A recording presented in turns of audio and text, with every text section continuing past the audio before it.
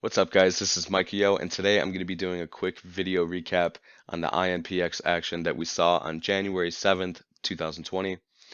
Happy New Year to everyone. Please excuse my voice, I'm still very much battling the flu, but I wanted to honor my agreement and continue to make free trading content for the community. So I'm going to be making one free video a week, and really this is for the people that can't afford a chat room, which I understand. And I also understand that people have other obligations, such as a 9 to 5 or children or what have you. So I'm going to keep on making videos, and you can access them on my YouTube page so that when you do have free time, you can reference them and see if you can pick up a thing or two. That's my goal anyway. All I can do is just share my thoughts and opinions, some of the lessons, the hard lessons I've learned along the way, and hope that it is of value to people in the community. So if you like it, please let me know, and let me know what other kind of stuff you want me to go over. But I'm kind of detailing it as I see it as these charts come in. I don't want to make too many videos on the same type of trades, the same type of charts.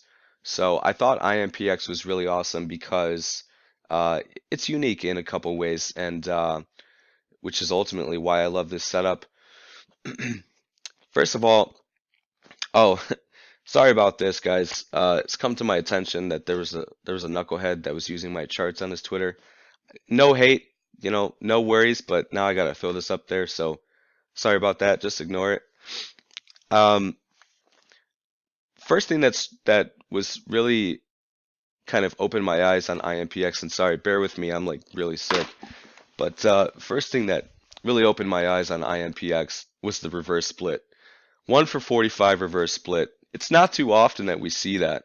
Um, we see a lot of like 1 for 10s, 1 for 20s, things of that nature. But 1 for 45, it's kind of a rarity.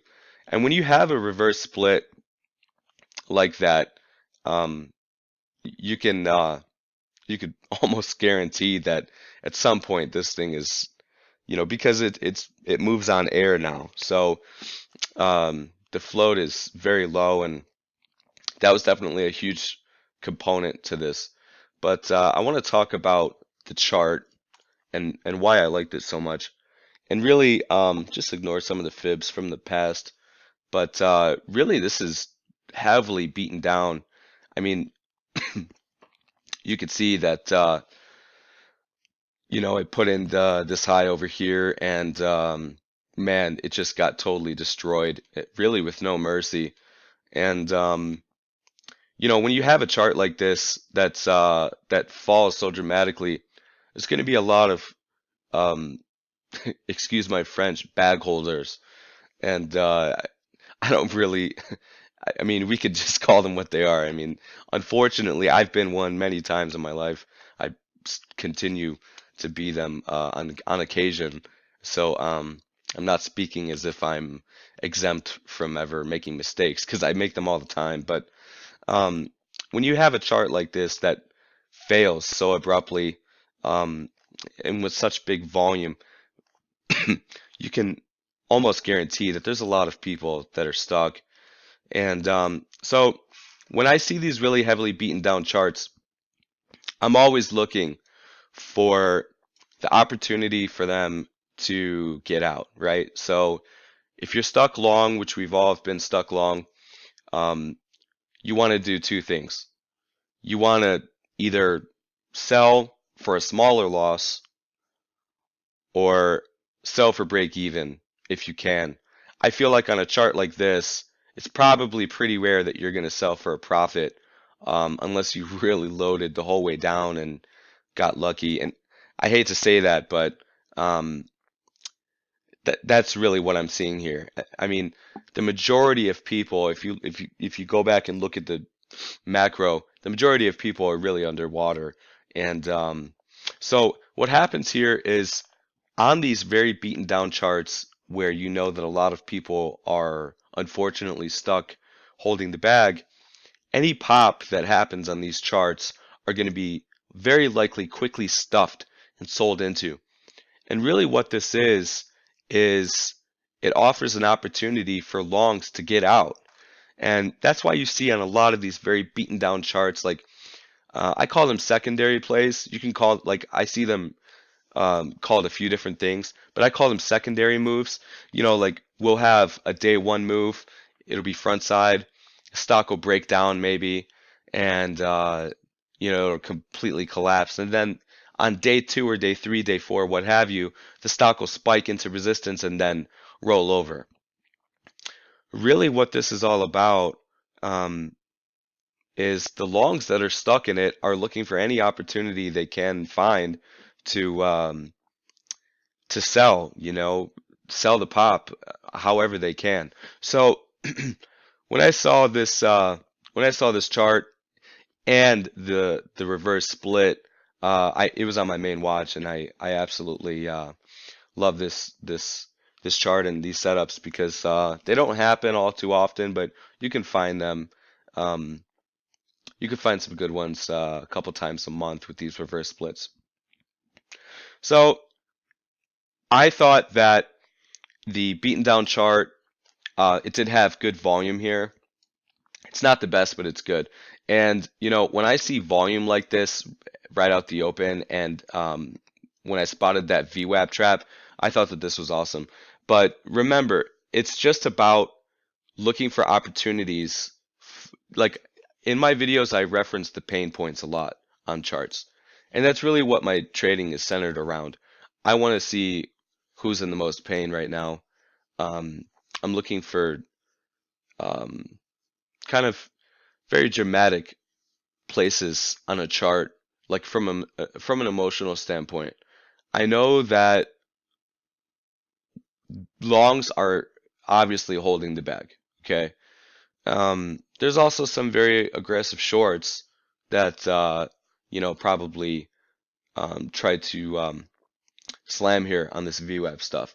So when you're dealing with a float this low and you're dealing with a chart this beaten down, any opportunity longs are probably going to bail it. So we did see a huge squeeze here, which was awesome. And immediately you see the dump. Okay, and really what I want to do is just kind of explain in my own words and my opinion why this happens. Like I said, if you're a long trader, you're stuck in this thing and you're looking for any opportunity to get out for a smaller loss or hopefully break even or by some miracle a profit. So when this thing halted, that probably put a lot of fear into retail that was holding it. And when it reopened, it was quickly sold into. And I just feel like psychologically these longs were in a lot of pain already. They see the stock go from you know 8 to 9 pretty quickly. They're thinking, man, I don't know how far this can go, but I just made $1 back on my position. And then when the halt came, no one likes halts. I mean, very few very few of us like to be stuck in a halt. Well, I guess if you're short into an offering or something like that, you're very happy to be stuck into a halt. But as far as the long side, I feel like the mindset is a little bit different. I very much dislike being stuck in halts if I'm long, because you have the circuit breaker halt, and you have a few minutes there where your mind just starts play all these.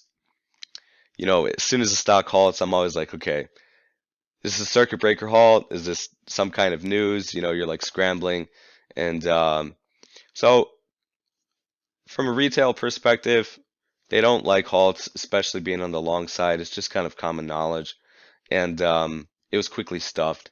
That was the opportunity for them to get out.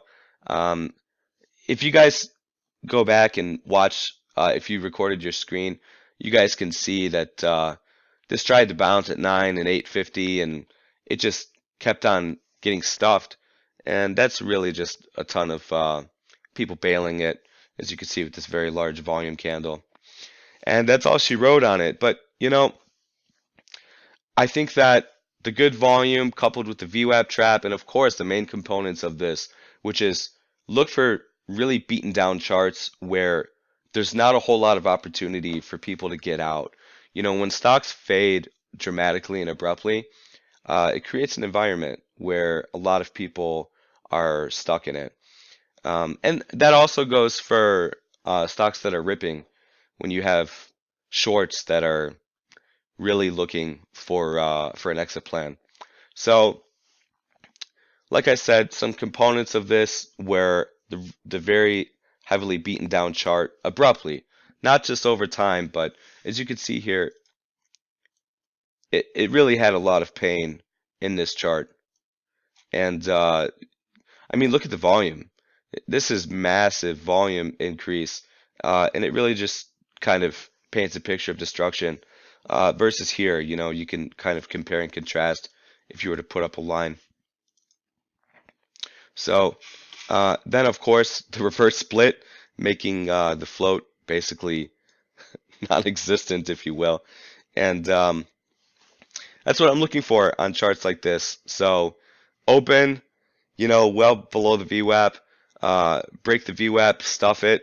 It's got good volume, very, very, very low float, and very beaten down chart. And I know a lot of people are probably looking at any reason they can to exit this thing. So hope you guys enjoyed this video. If you guys want to see you know, some other setups and things like that, please comment, let me know. Also comment, let me know if you like these videos, if they're helpful to you. Hopefully you didn't get caught logging INPX after the halt and getting, you know, stuffed. That's my goal really, is just to kind of hope you guys help you guys, some of the people who are struggling on these plays, understand what's going on. Like, why did this break out? Circuit breaker halt. It looks so strong. It's got good volume. Why did it dump? You know, I can understand that'd be very frustrating for someone who bought in the nines. And really, that's my opinion, is that any pop that, you know, long retail can get to dump this thing and mitigate some losses is going to be a great opportunity for them to use, and they'll use it immediately, in my experience. So, anyway, guys, I think it's time for some rest and soup. But hope everyone is having a great new year. Thank you so